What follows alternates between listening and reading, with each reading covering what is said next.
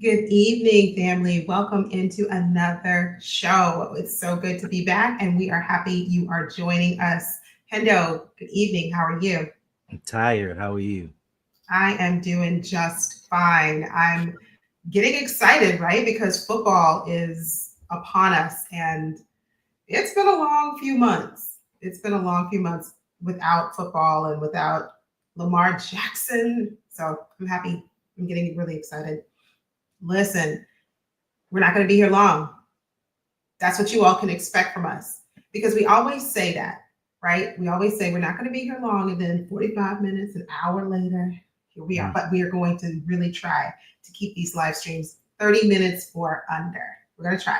Domino's But Pizza, that's right, Domino's Pizza. By the 30 time minutes you ago. get your order and the time they ring your bell and knock on your door, this stream should be over. But I'm hearing really good things coming out of the Baltimore Ravens camp, Hmm. and I'm excited to talk about it. Okay, So, let's do it. first thing, one thing I like to see each year is a progression from where we were the last year. And for me, last year I talked a lot about, gosh, who's going to be that guy on defense to step up? Who's going to be that guy to change the trajectory of the game?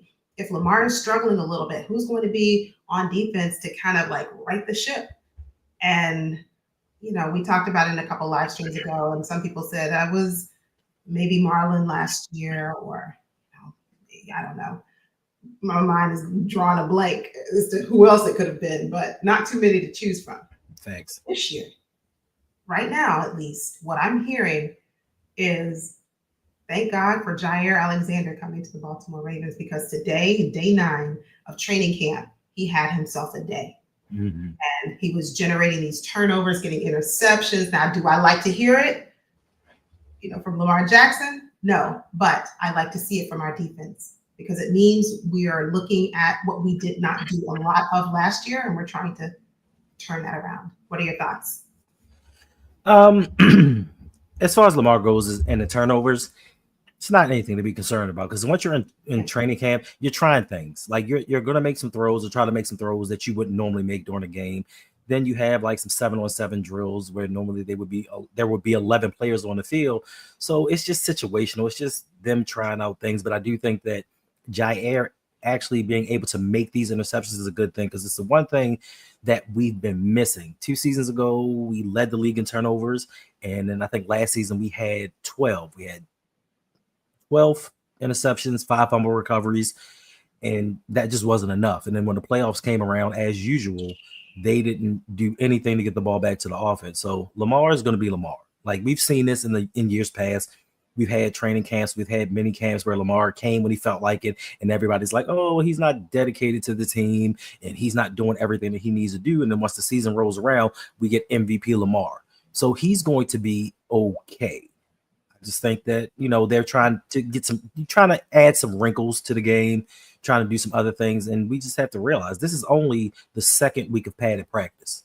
It's just the second week. We still have Yeah. time to go. Now next Thursday, the Ravens play the Colts in their first preseason game, so we're going to get some live action. I think it was the Tampa Bay Buccaneers. No, it was the Panthers. I think they said one of those teams. They said that they were actually going to play their starters a little bit to try to Mhm. get them acclimated. You know what I'm saying? Because nowadays we don't do like back when I was first started watching football. They had 4 preseason games and offenses played every single game except for maybe the last one.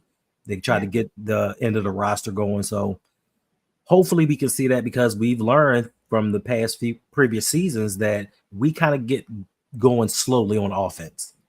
Yeah. Defenses, they're going to be there. Offensively, we tend to use those first 2 to 3 games as preseason games. And that's why we started off 0-2 last year.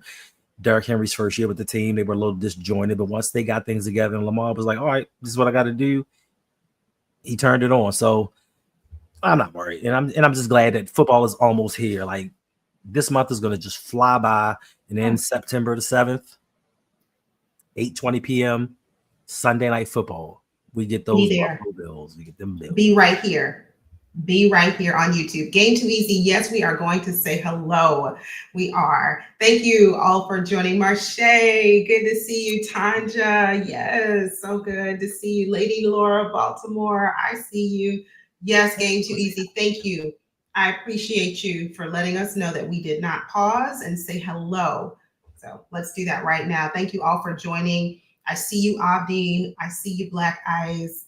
Listen, Lonely Therapy. Hello, hello. We are so excited because I just have a really good feeling about this season. And I hope it's not just me saying that every year, but for some reason, I have a really good feeling about our team this year. I like how we're positioned. I like how our roster is shaping up. But let's put a pin in that because we'll get back to that in a minute. But last thing I wanted to make a point about Jair Alexander. What I appreciate about him is leadership. And it was said today, Nate Wiggins mentioned on social media, or I guess when his post not post game, but post practice presser. There we go. Ooh, y'all trying to say that fast? That's a tongue twister. But he said that Jair hosted all of the DBs at his house on Thursday, and it was just kind of like, let's just get together. Whatever you all need, I'm here to support you. Let's bond.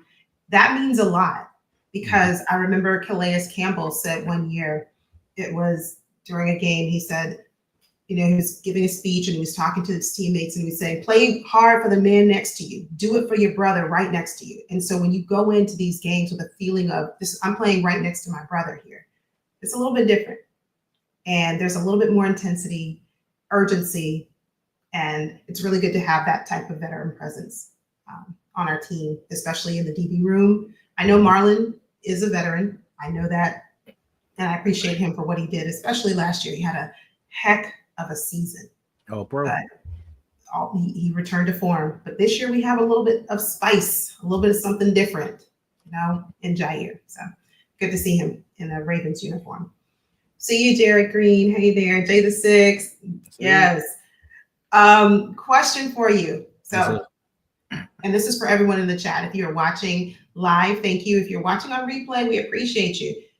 What is something that has been a really good surprise for you so far this offseason for the Ravens, particularly where we are right now in training camp? What's been a good surprise? Who surprised you in a good way? Oh, man, in a good way? Nobody. I thought that this roster came in and we're prepared to win a Super Bowl. I'm thinking that the way that it's constructed with everybody playing their role, especially if the rookies can come in, Malachi Starks, they've been raving really high about him, but it was to be expected. Many of us didn't want another first-round safety, but the talent is clearly there. Like they're playing him at cornerback. That's how talented this young man is. And then Mike Green is just out there bullying people. I think with the addition of Mike Green and his mindset, then bringing in Jair with all his flash and his flair, I think Jair kind of reminds me of Marcus Peters. He plays like a Raven. He brings that kind of sauciness to us. And you remember when Marcus was here, Marlon played a lot better. He had his boy out there. He knew that there was somebody that he could depend on. So he played a lot better. So to me, there are really no surprises. It's just, can we do what we're supposed to do throughout the season and into the postseason? Regular season, last season, #1 offense in the NFL. Another year in the system, we're going to get better. We have more pieces. DeAndre Hopkins is out there right now looking unstoppable. Like he's catching everything thrown his way. Then you bring back Keaton Mitchell, who's going to be fighting for reps, but you can't replicate his speed. You have Tez Walker, who they're saying is making an ascension. And then this defense, if they can just get those turnovers, that's the thing that's more surprising to me is the defense is getting turnovers, I guess, if you want to say something. So putting all that together collectively, I think that this Ravens season in 2025, this is the year we can put it all together. And I think with how the offseason has gone, the Ravens front office is looking at things a little bit differently. They're drafting players that they wouldn't have drafted deep in the free agency. They're still bringing in people. As long as the injury bug doesn't hit us too hard, we should be okay. Now, your boy Jalen Armour-Davis, he returned. So he's not out for the season. So that's a good thing. Roger Longerbeam, he's back as well. So I just think that If we do everything that we need to do, Nate Wiggins coming in his second year playing better, Jair playing better. We've upgraded from our Darius Washington, and that allows Kyle Hamilton to do the things that Kyle Hamilton can do, even though they rated him like the seventh best safety in the NFL, which is not true, but that allows him to do what he can do. Zach Orr is in his second season as defensive coordinator. So defensively, the Ravens should return to where they were in 2023, where they were number one darn near across the board. Offense, we know we're going to be straight. Derrick Henry, even if he takes a step back, even if Derrick Henry takes a step back, I still see a 1,400 yard season. Like 1,900 is insane. So even if he goes down to 1,200, Keaton Mitchell can take up for that. Justice Hill, we don't talk a lot about him, but Justice Hill really surprised me last season, and he showed us that he can actually play. If he can stay healthy, that young man can actually play. So offense is going to be good. Bateman's ascending. Zay Flowers is the first Pro Bowler drafted by the Baltimore Ravens at wide receiver. Yeah. The only neg is, likely. How long is he going to be out? Once he comes back in, is he going to be in shape? Are they going to utilize him like they should? Because we've seen in the past where the Baltimore Ravens have said, all right, you're in a contract year, so guess what? We're not going to give you the ball as much to kind of lower that compensation later on in the year. Yeah. I see you, world class. I don't know why you're saying you're blocked in my chat. I'll check, but you should not be. I don't know. I didn't do it. I certainly didn't block you. Even though you say mean things about Odafe Oweh, I'm still not gonna block you for that. But you were saying that my mic isn't. Can y'all hear me okay? This thing on? I mean, it's on, but you sound like, you know how people sound when they're in a distance? Like if somebody were in the background talking to me, yeah, that's how you sound. Let's try she is a bully. She is a bully, a big bully. I'm not angry. I'm just tired. I've been up since 4 o'clock this morning, constantly running, and I'm just tired. That's it. Yeah, I don't know what's going on with the audio then. That sounds I'm afraid to change it, because if I do, then okay. Well, I'll listen to this on replay, and then I'll troubleshoot for the next time. But as long as you all can hear me, okay. It might not be perfect. I'll try and figure it out for next time. But thank you. I see someone who said it. I don't remember who. It might have been Black Eyes. Hit the like button as you come in on your way in the building. Hit that like button for us. It does wonders for our channel.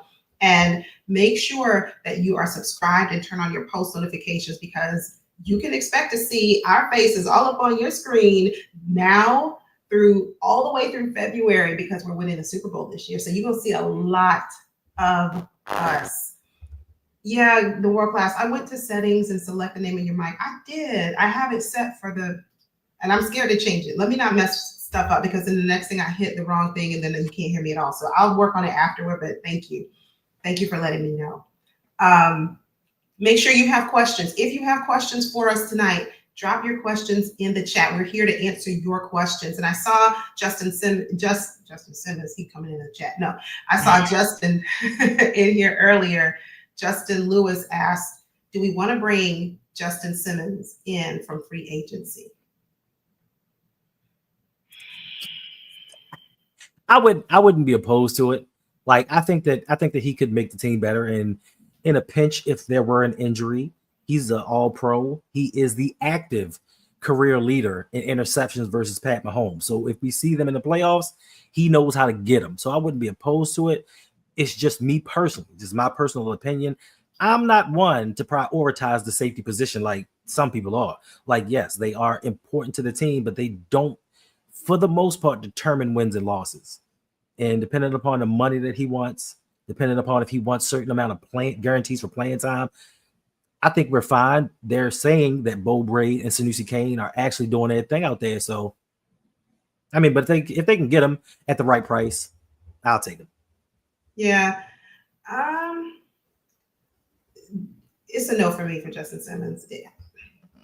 Maybe for cheap. If we can get him on a really team-friendly veteran, we're not going to pay you a whole lot of money type of contract. Sure, bring him in. He's got something left. Let's go. But beyond that, I don't know. I think I have another player in mind who I'm really considering, and I want to know from you guys. But you know what? Interestingly enough, when I tell you, I'm sure you all already know, but when I heard this particular player was unhappy, I said, should the Ravens do it? But before we go into that, Game Too Easy wants to know, I know because I saw this as I was talking, but we'll get back to it. Listen, y'all know I skip around, so it's okay. Just stay with me. He Her wants to know brain. we need to see more O line reps. Mm-hmm. Do we see anything from Voorhees yet? Coach is in here. Hey, Coach, what are you What's thinking up, so Coach? far of the O line? But Hendo, have you seen enough or heard enough about how our O line is doing, especially from what we saw the up and down of last season? I mean, they're going to be up and down at this point at this point in time. Um, I've heard that Voorhees is in the driver's seat for the job, but there is supposedly a competition with him and Ben Cleveland, and they're actually giving Ben Cleveland first team reps. So on paper, it looks like that there is a competition, but they want to give Voorhees the job. He's younger, he's cheaper, and if he actually can stay in and play well, they'll have him for longer, and that means they won't have to re-sign Cleveland to a longer deal. But I, I'm not sold. I'm not sold on him. Can he be that guy? I hope and pray that he is, if he is the best option at that position. But for me, it's all about availability. He has not been available. He wasn't available in college. And people are going to say, well, he played games, he did this. Yeah, but he got hurt each and every year. Regardless, if he missed a game, a quarter, or half, he got hurt every year. He got hurt 3 games into the season last year. My thing is, even if he plays up to that level, can he stay and play a 17-game slate and then play 3 games into the playoffs? That's 20 games, and that's a lot to ask for a guy. If they rotate him in and out like they've been trying to do throughout the last few years with the offensive lineman, maybe, but I still think that, there's still guys out there like Dalton Risner. Bring them in for competition, and if Voorhees is the best guy, you give him that job. Just don't hand it to him. You can come in, and we're talking about bringing in another safety where we have 4 already on the roster that we can use. And we're talking about bringing somebody else in, but we're not talking about bringing in any depth for that O-line. We need to bring in some depth for the tackles, because if Rosengarten or Stanley goes down, who's going to step up and take their place? We don't have anybody on this roster. And I think that one thing about EDC, he neglected this O-line tremendously. Like, he did draft 3 offensive linemen, but they knew that Emory Jones Jr. was injured when they drafted him. And a lot of y'all say, oh, he didn't know. They do their medicals. They knew that he was hurt. They knew he would not be available. So that took him off the board. And you still didn't bring anybody else in. And we're still talking about, let's go get some more defense. Like, we're fine defensively. We're fine. You can add a piece here and there, but protect your greatest asset. We've been saying this for the last 3 to 4 years. Protect your greatest asset, because if Lamar goes down, you can say Cooper Rush all you want. We can trade for somebody's backup. They're not going to take this iteration of the Ravens anywhere. So yeah, I hope that Voorhees can do some things. Are you seeing anything out of them? Because I know people are high on him, and I'm not trying to negate the progress that he's made from coming in injured, but he's an unknown commodity, in my opinion. That's my position on Voorhees. I haven't seen enough to make a conclusive decision. I can't tell you whether I think he is the man for the job. I don't know. It remains to be seen. We need to see more. I need to see how he's doing, how he's progressing. And to Hendo's point, can he stay healthy for the duration, for the long haul? So we'll see. But yeah, Tanja made a point. It seems like Harbaugh is kind of hinting at Ben Cleveland being a Pat McCary replacement. And they love them some Pat. They love Pat. They love some Pat McCary. I don't know. We'll see. I don't like that statement. So you take a guy who, for most opinion, was clearly the best option at guard, whether it was left or right guard. You just didn't like his practice habits. You didn't think that he fought hard enough for the reps.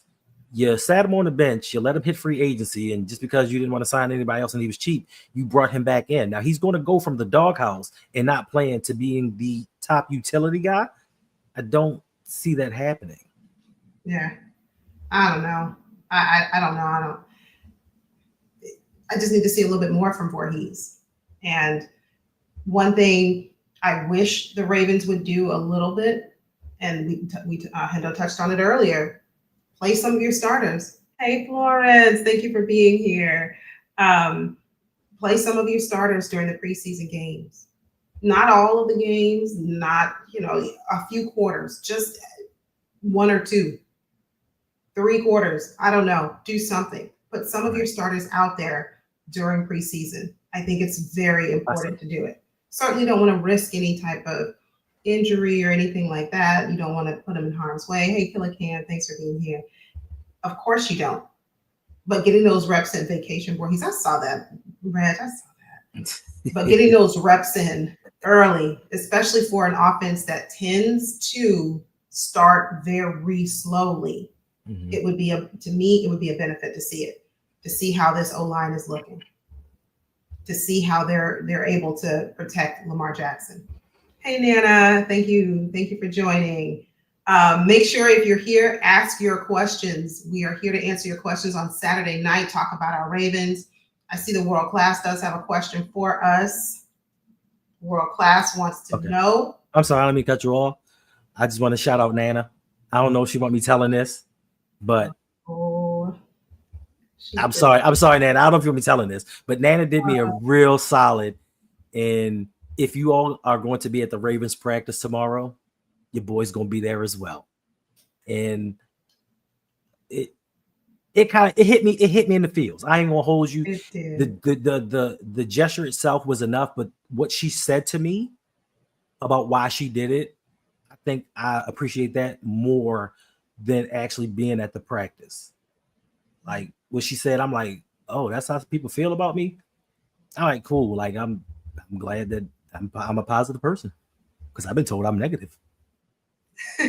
She can't listen to the naysayers, but Nana said no, so I won't. I will leave it right there. But that was very sweet, very very sweet. It was. But I did see World Class has a question. Do y'all think we'll trade for a guard before the trade deadline? Absolutely not. That would be too much like right. No. If anything, we'll make a trade and it'll be somebody on the defense. Facts. And I mean, we don't have to trade for a guard. Dalton Risner's out there, Will Hernandez. You have Brandon Sheriff. They're still out there and they're free agents. And being that we're so far into it now, they're going to come cheap. So there is no need to trade. If they really want to upgrade this offensive line, they have each and every opportunity to do it right now.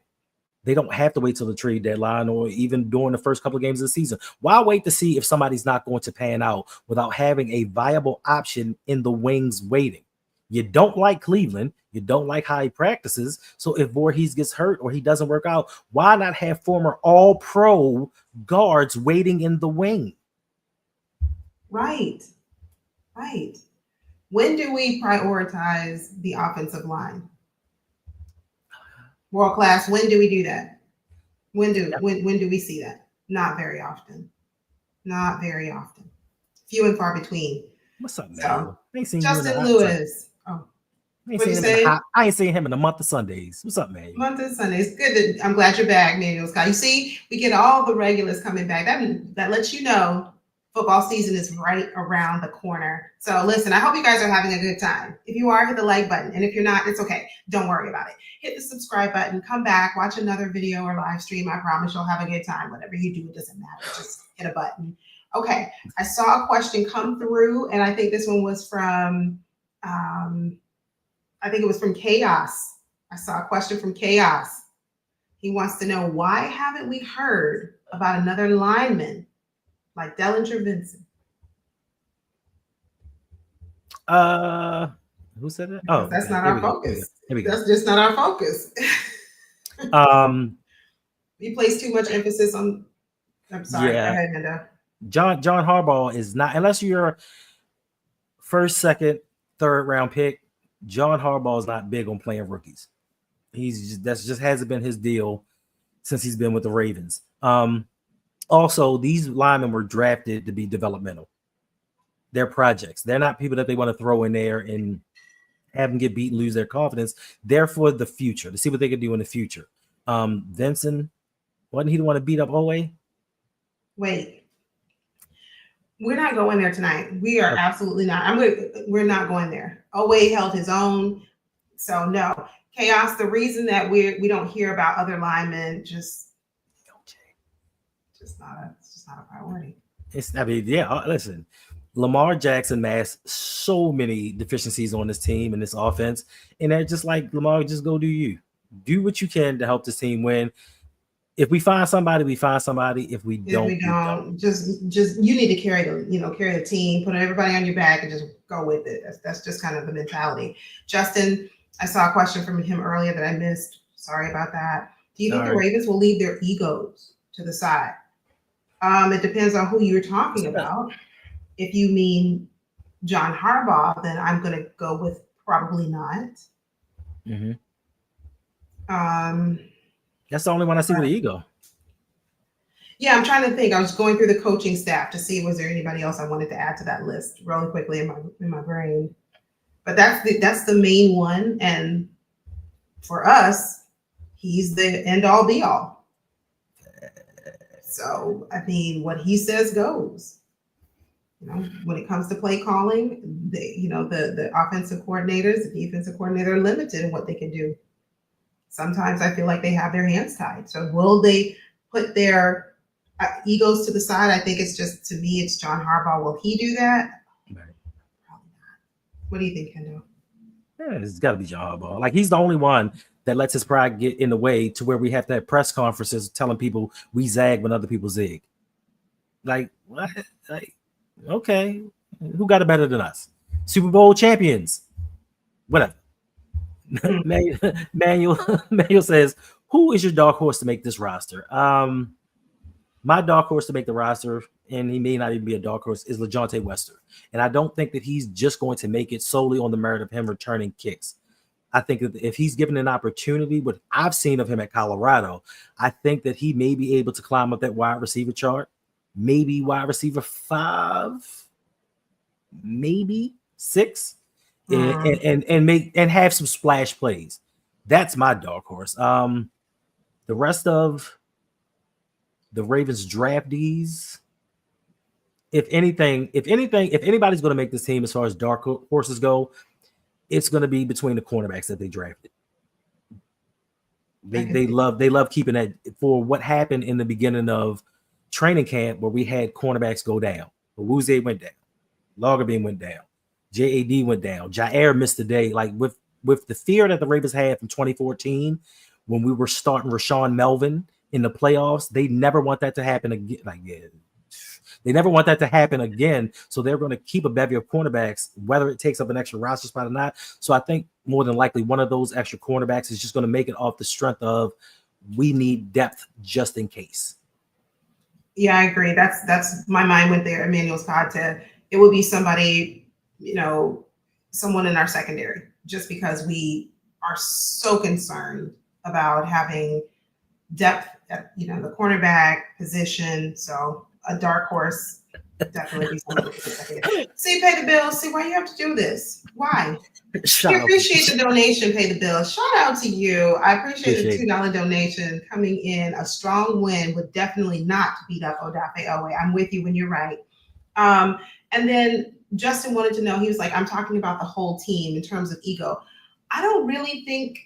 I'm trying to think of players who I think have big egos. I mean, football players, okay, maybe they all do. But what I see from the team, I see a lot of unity. I see a lot of selflessness from the players. Right. I don't know that I can think of one particular player who kind of stands out to me as just, ooh, we don't have him. He's all about him, and he doesn't care about the team spirit or winning or being a part of something greater than himself. Nobody really sticks out to me. So when you're saying you're talking about the whole team, to me as a whole, I do think the team is very selfless. And I think putting ego to the side would not be a problem for the players. The one person that keeps coming back to my mind in terms of having that big ego is just John Harbaugh. That's it. Yeah. Tactical Precision Training wants to know, why do you think they continually ignore adding weapons on the O-line? Because it's just not our focus. It's just like we have a dynamic player in Lamar, and we don't need to do anything to help him, to protect him. We don't, like, he's just great and he can do it all by himself, which to me is nonsensical. But why is it that many Ravens fans notice but the Ravens front office, hello, now you're talking, doesn't even seem to care about better protection for Lamar. Handout. It's the Lamar Jackson effect. Listen, we had the same thing happen back in the day with Ray Lewis. Ray Lewis used to get defensive coordinators and other linebackers paid. Ed Hartwell, like, he wasn't a really good linebacker, but he had over 100 tackles with the Baltimore Ravens because Ray Lewis, they gravitated towards him and it left people open. So the same thing with Lamar Jackson. Lamar Jackson makes offensive linemen look better than what they really are. Even I hate to say it, during some of Ronnie Stanley's better years, he was getting beat. But because Lamar escaped pressure, escaped sacks, it made him look better than what he was. Pat McCarry, he's not a good offensive lineman at all, but the Lamar effect makes them look better. Lamar won an MVP with Seth Roberts, a hurt Hollywood Brown, Willie Snead. Lamar Jackson elevates his teammates, even though the pundits, prognosticators, and publications are going to tell you that he doesn't do these things. He elevates his teammates. There's no way, and I'm not taking anything away from Rashad Bateman or Zay Flowers or anybody else on this team, but you have very good receivers, and you threw for 4,100 yards, and you didn't even throw for 500. Lamar's never passed 500 times in a season, ever, but he's getting out here. He has the highest touchdown percentage rate in NFL history at 6.4% in NFL history, with some guys that may not have played on some of the Baltimore area high school teams. They may not have started. So with Lamar doing all of these things and making people look better, Derrick Henry breaking tackles, it makes this offensive line look better than what it is. And a lot of people will say, well, this offensive line is fine. They're good. They're serviceable. They're okay. But when it really matters the most, and I've said this 1,000 times, just like when you watch basketball, if you're a basketball fan, you can watch your favorite team, a la, let's say, the Orlando Magic. In the regular season, they suck. In the regular season, you can watch your team score 120 points per game, every game in the regular season. But when the playoffs come and they're playing great teams and they slow it down, that's when things get exposed. And the Ravens always go into the playoffs, and we talk about how good this offensive line is. Every season we get into the playoffs, we get bullied. Last season, the Buffalo Bills with a smaller defensive line, pushed us around. Now, I thought that the moniker was play like a Raven. Apparently, it's play like a Bill because we get beat up. So Lamar can't always mask things, especially when there's a singular focus in the playoffs to preparing and beating one team. And they prepare to go up against this offensive line, and they scheme certain things. They see the weaknesses. They see that Lele is slow of foot. They see that Pat McCarry isn't a good offensive lineman, and these things cannot always be masked. Now, some teams, some games, it happens, but it doesn't always go our way. And the front office thinks that they're outsmarting people, thinking, well, if we can get more defense, if we can stop these teams, we'll be good. Outside of last year, from 2018 to 2023, the Baltimore Ravens defense has given up 13.9 points per game in the playoffs, less than 2 touchdowns per game. That's great. So each and every offseason, we say, you know what? If we just had a little more defense, what are we trying to get to? 10 points per game? But unfortunately, during that same period of time, the offense was only scoring 13.1 points per game. They never said to themselves, you know what? Maybe if we get more offense to protect Lamar and we score more than 2 touchdowns, we'll win a game, because they were out there stopping Patrick Mahomes. They were out there shutting down Josh Allen. They were taking these great quarterbacks of this era, shutting them down. We just couldn't score offensively. 13.1 points per game with Lamar Jackson as your quarterback. That is unheard of. But yet we still go into the offseason talking about, hey, if we only had another D tackle, if we had another safety, we going to win in the playoffs. But I think, aside from that, to say we are talented enough, I just think that the mindset has to change. We have to realize offense is the key to winning in today's NFL. And all of you guys, I'm not telling you that you're wrong when you say defense wins championships. That is not entirely true, because if defense wins championships, why aren't the 2006 Baltimore Ravens world champions? Why weren't the 2023 Baltimore Ravens world champions? They were dominant number 1 defenses, but they couldn't score in the playoffs. That's all I'm saying. Yeah. I just don't think tactical precision, that the focus is rightly placed. I don't think the scales are equally weighed. I think we concentrate way too much of our resources and our manpower to defense. And while I appreciate what we do on defense to try and really play like a Raven and get our team to be that historical, smash mouth defense that we know the Ravens to be, we still have to make up for it somehow on the offense and making sure, and that starts, to win in football, you have to have a solid trench. The trenches, that's going to dictate. It's going to dictate the flow of the game. A lot of the game hinges on how well your offensive line and your D line perform. So we just don't have enough focus on it. And what did I tell you before the draft? What did I tell you before the draft, during the draft, after the draft, when a lot of people said, well, you know what, even defensively, they kind of skirted over the defensive line. You know what I'm saying? They're like, we got Aeneas Peebles. We can work with this. I told y'all then, we're going to bring back Brent Irvin because he's cheap. And what are we doing now? We're bringing it. You know what I'm saying? Like, they are very. Brent Irvin, how y'all feeling about that? They are Should the Ravens make this move?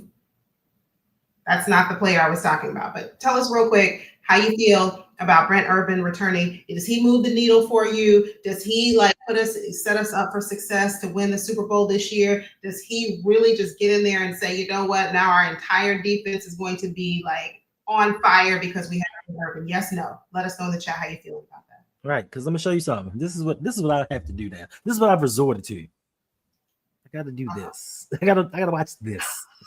I gotta watch this. I have to watch this. And guess what? What happened during this season? There was a mutiny. The offense came together and we won a championship. Defense wasn't really that dominant that season. But I digress. Yeah. Game Too Easy asked a question. So we're going to get through these questions rapid fire because we said we weren't going to be here long and it's 8:37. So we're going to answer these questions rapid fire. Game Too Easy said, what was y'all reaction to Nick Wright saying Lamar is not a pure pocket passer? I just thought Nick Wright is just on some old other stuff and he just needs to close his mouth. But, he does it for views. Nothing that he says I take seriously. I don't listen to Nick Wright. I think of him as just, he's a joke. What about you, Handel? It's clickbait. Rapid fire. It's clickbait. A lot of these people mention Lamar Jackson. They know they're going to get views. They know they're going to get people tuning in and debate about it. They're going to get the engagement in the comments.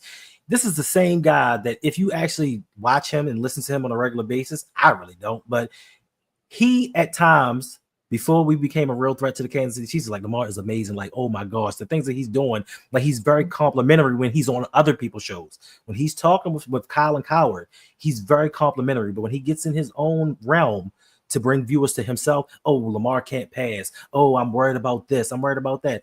I don't care. I could not care less. I think that Nick Wright's problem is he knows that the Ravens are ascending and they are a real threat to the Kansas City Chiefs and dethroning them from stop getting all these AFC championship games.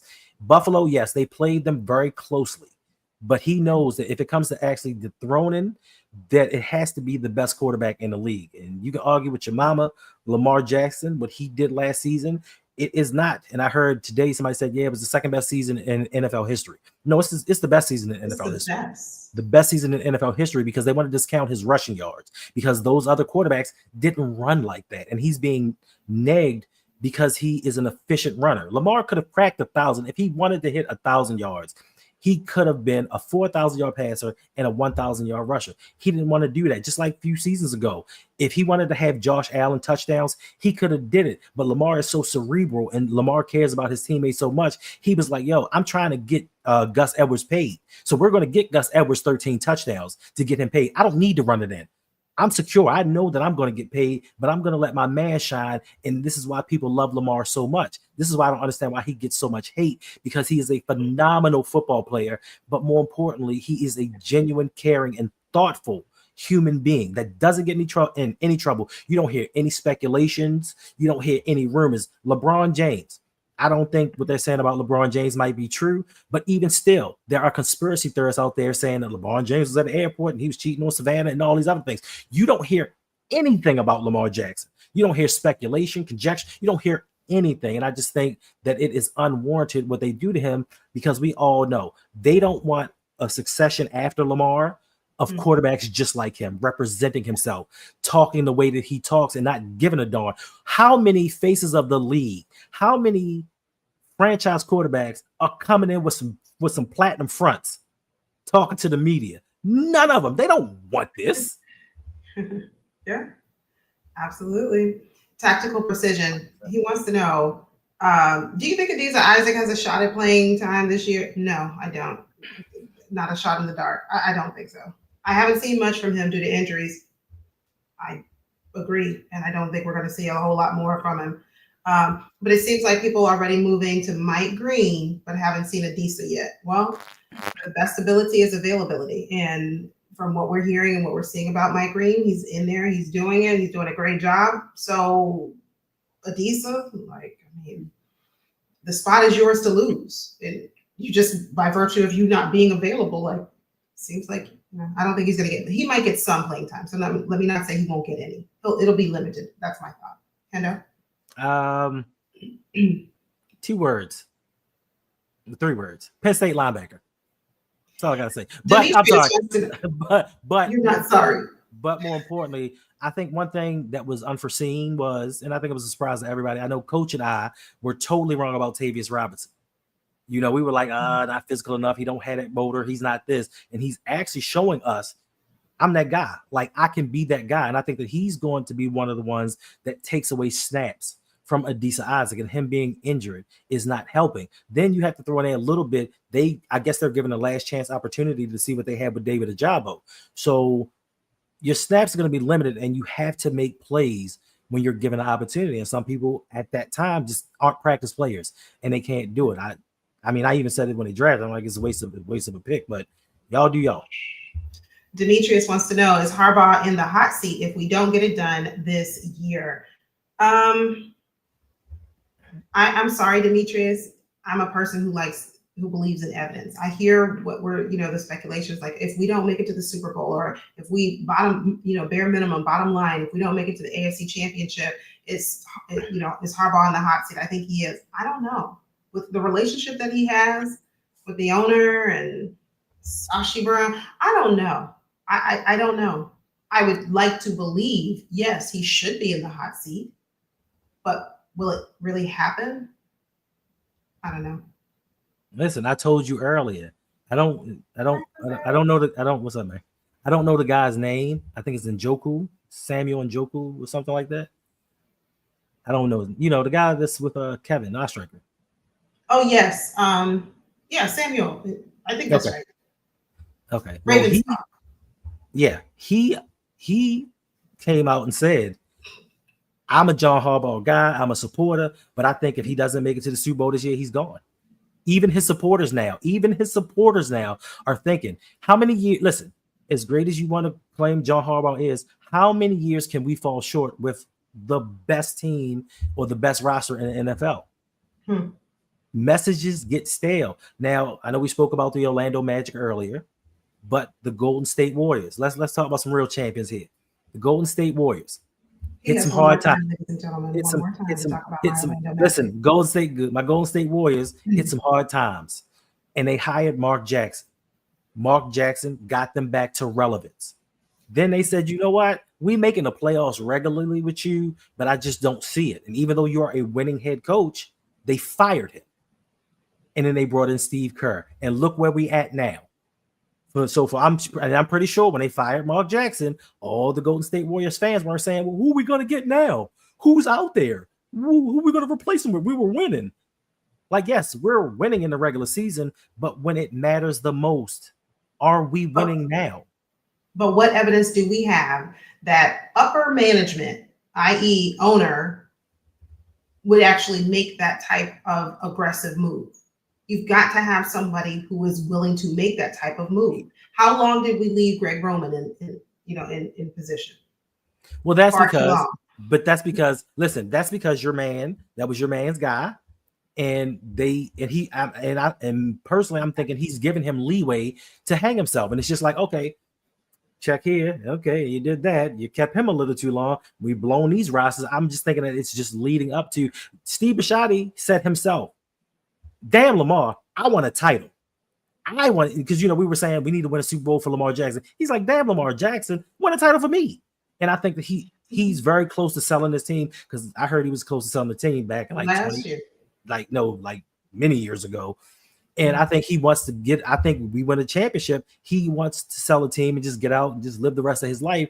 So he's not going to wait around for another 4 or 5 more years for John Harbaugh to finally figure things out to win a Super Bowl. So this could possibly be his last season if we don't win a title. And I still think if we win a title, John Harbaugh is going to a new challenge. He wants another challenge and he may go somewhere else. He's tired of y'all. Sit at the end. And that's exactly why we extended him for what, 4 or 5 years. We extended Brad Billick and fired him the next year. Yeah, I don't think that. To me, John Harbaugh, right? And how long have he been on the team? How long has John Harbaugh been with the team? That's the difference. So Justin wants to know, when are the Ravens going to stop beating themselves in the foot? That is the $1 million question. And the answer is, Justin, it has to be now. Like, the Ravens can't go out game after game, year after year, season after season, being so good, so incredible during the regular season. But then in the postseason, they're called choke artists. They're called, this is the team that just can't get it done. This is the team that you don't really want to fear because you already know what the outcome's going to be in the postseason. They're just, they're going to come up short. So when is it going to stop? It has to stop now. So, but that's a leadership thing that starts from the head all the way down. So to me, that, it has to stop. Otherwise, we're going to just find ourselves on the hamster wheel, just being good enough to make it through the regular season, maybe win one playoff game, one postseason game or 2, and then that's it. And then we just go home. But for me, that's just not enough. I want the Super Bowl. And I don't care whatever. I just want a Super Bowl title. Exactly. I just want to be able to sit here this time next season with us being world champions and hear what they have to say. Even though I don't care what they have to say, I just want to see how they're going to move the goalposts and say, because if Lamar wins in the playoffs, he's going to have, I believe, a 500 playoff record at that time, or maybe one game over 500. So he's going to have a winning playoff record. He's going to have a world championship. And what are they going to say about him now? Because the first of us, he can't pass, he can't read defenses, he can't come from behind. He's done all of these things. He's done them all. So I just want to see what the narrative is going to be. And I just want to be world champions. I just want to be a world champion. I want to give y'all a 24-hour stream because if we win a Super Bowl, I'm not getting off the screen for 24 hours. I'm going to sit there. I don't care if me sleep, drooling and snoring. I don't give a damn what it is. I'm going to be here for 24 hours at that stream. Soaking it all in, being as petty as I can. Calling all of them out, like league commander, all of them. Justin, he wants to know, what are the Ravens' chances to dethrone the Chiefs? I mean, I've always thought the Ravens had an excellent chance to dethrone the Chiefs. They had a great chance last year. They had a great chance the year before, but I know. It's been like that. I know, Jose. It ain't my computer. I know. Someone told me earlier. So we're going to end the stream real soon because my mic is not working right. I'm going to have to play around with the mic and tool around with the settings after the stream. I'm too nervous to hit a button right now because I'm afraid that y'all not going to be able to hear me at all. But anyway, if there are any more questions, we're going to end the stream pretty soon. Don't want to miss any questions, but my mic isn't working. The audio is coming through my computer. So sorry, guys. We'll get it. See, that's what happens when you don't do live streaming regularly. You set your computer up, you think everything's fine. And then Are you talking about yourself? I'm just talking about you, but it's okay. But make sure that you all are subscribed. I don't think I missed anybody else's question. Did you miss? Try not to. Did you miss a question from Justin?